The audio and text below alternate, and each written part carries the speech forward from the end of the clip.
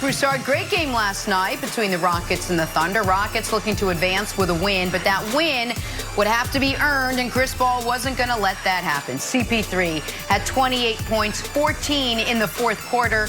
That, along with Russell Westbrook's 7 turnovers, including a couple of costly ones late, proved to be the difference in this one. OKC pulls out the win. They force a Game 7 Wednesday night.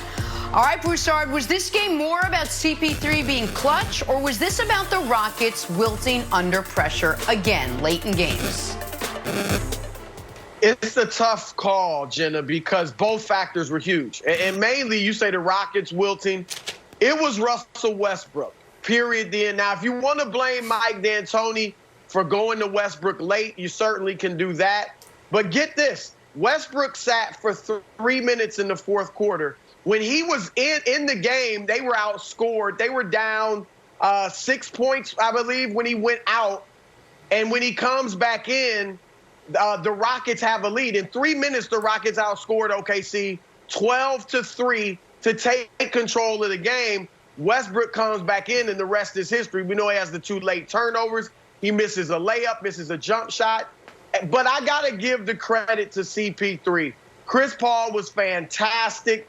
He sat 37 seconds in the fourth quarter, and OKC was outscored 5-0. So they got him back in pronto, and we saw him take over for the game late. He's clearly got a chip on his shoulder against these Rockets, and this is the key to Game 7. Chris Paul staying aggressive. In the 3 wins for OKC, he's averaged 27 points. In the 3 losses, he's averaged 17. It's not so much about him missing shots or Houston defending him well. It's about him taking shots. He needs to be aggressive and look to be a scorer, not just a facilitator. If he does that, OKC has a good chance of winning. I kind of disagree with that last point, Broussard, because I think those numbers are skewed by the fact in their losses, they've been blown out the gym.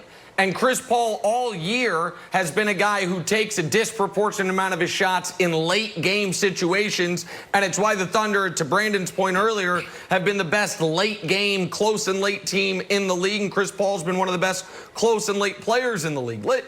It's indefensible for the Rockets to be in this position. Their 3 wins, they've blown out the Thunder. Their 3 losses, first loss, they're up 5 with a minute left. They lose in overtime. Second loss, they're up 13 late in the third. They end up losing that game in regulation. And then last night, they're up 6 with 4 minutes left with the ball with the chance to advance, and they allow the Thunder to go on a 12-2 run. And everyone's going to kill Russ, and justifiably, for how he played in the final few minutes. Had an air ball, had a missed layup. You can show the compilation of it. It's all bad. Had turnovers 6 and 7. But I want to be fair here, because everyone knows who Russ is.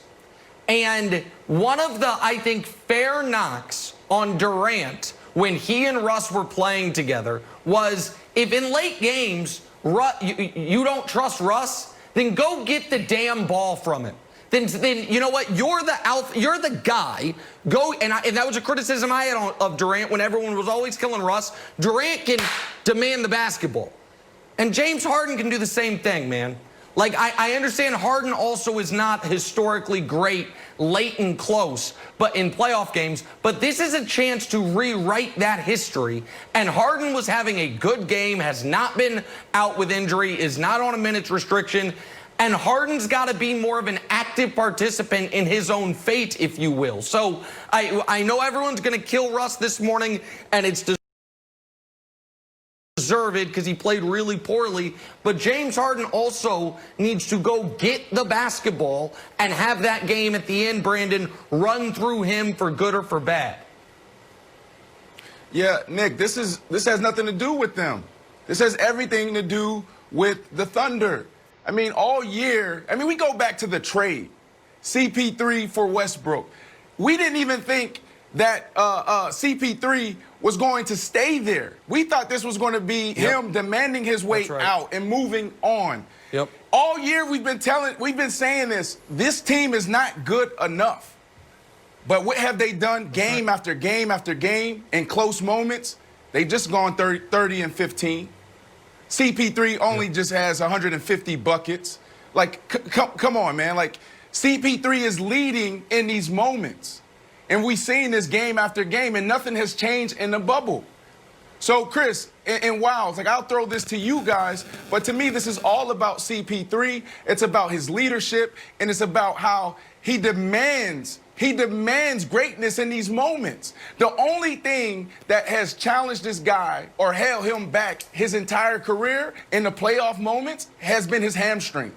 Like, go back to when he was playing for the Clippers. It's been his hamstring, not his game, not his leadership. So, Wiles, I'll throw this to you, but to me, this is all about CP3 and this team. Look, we know that Chris Paul is a perennial all-star. We know that off the court, he's the president of the Players Association and has done wonderful work in the bubble. But he earned a new accolade last night, Broussard. That was first team Kevin Wilde's All in Your Head award for two of the most disrespectful plays I've ever seen on a professional basketball court. The first one is hitting this shot and smacking Covington on the fanny. To tie the so game. if you see this happening, you know what I would say? Hey, if I was the coach, I'm like, you know what? Covington can't cover CP3. You know why I know? Just smacked him on the fanny as a nice present. And then the second play is he's a very fundamental player. This is not a fundamental way to line up when you need the basketball if this shot misses. Staring at down James Harden. It's insane.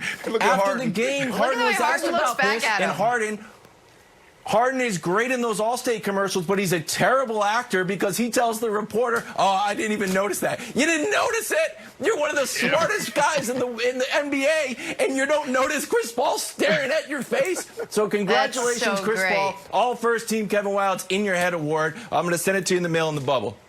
It's personal. Go ahead, Broussard. Hey, Nick, this is personal. This is personal. Go ahead, Brandon. Go ahead. You're right. No, I'm just saying it's personal. You know, he was out last year. Like, this is personal. Clearly. This is going to look so bad for the Rockets if they lose this series. Because, I mean, the guy that you traded would have been the one that beat you.